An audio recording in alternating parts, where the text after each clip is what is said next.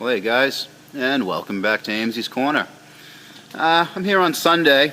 It's a Sunday. It's actually smack dab in the middle of my vacation, my 5-day vacation, but I like to come in on Sundays and just do a project or something. Making a couple extra hours. I had a coolant flange I had to replace on this A4, and then a drive shaft. I'm just out here double checking the coolant level.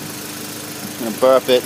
You got to burp these through the heater core hoses, but that's tomorrow. So,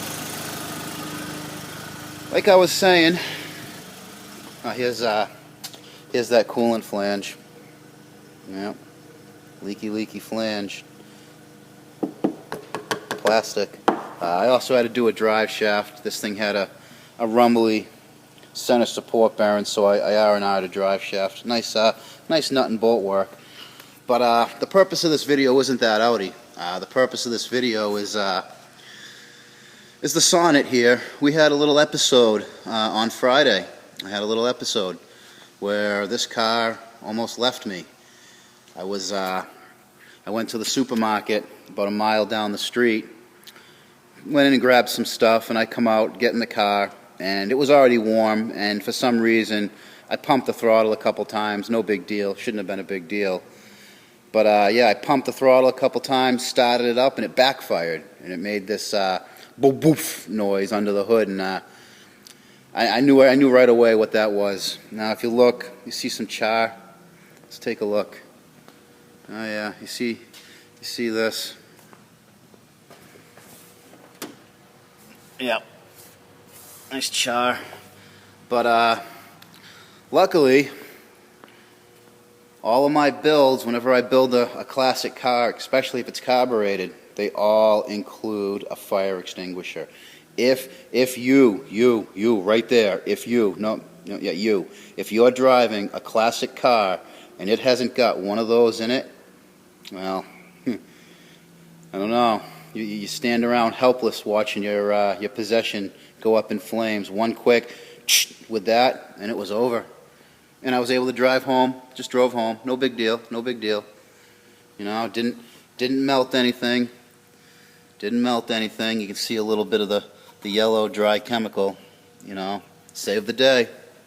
I blame this vacuum base where all the vacuum lines come off of. I think that let some fuel out, and it was just a real short burn. Didn't do any damage. Luckily, didn't do any damage, other than the fire extinguisher. When you use a fire extinguisher, even just a quick squirt. Sorry.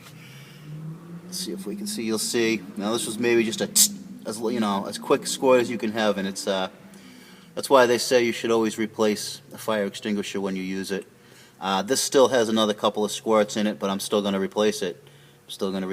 So, I love you, buddy. I love you. I love you. You're cool. Yeah, you can stay.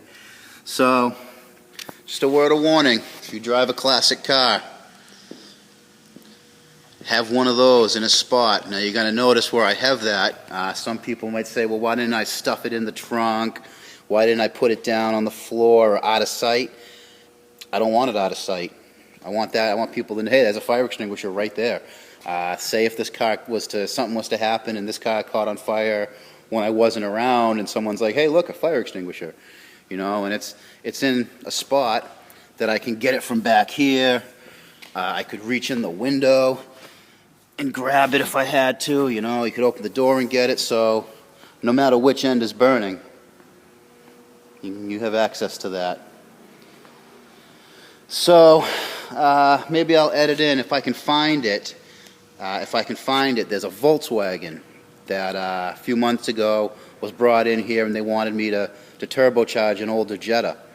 And it was a huge job. It would have been a huge job, and I said, you know, it's going to cost a lot for us to do it. And the customer decided to do it on his own, and he did it on his own. And he was driving down, I think he was pulling out of his driveway, and one of the first times he drove it, and something caught on fire.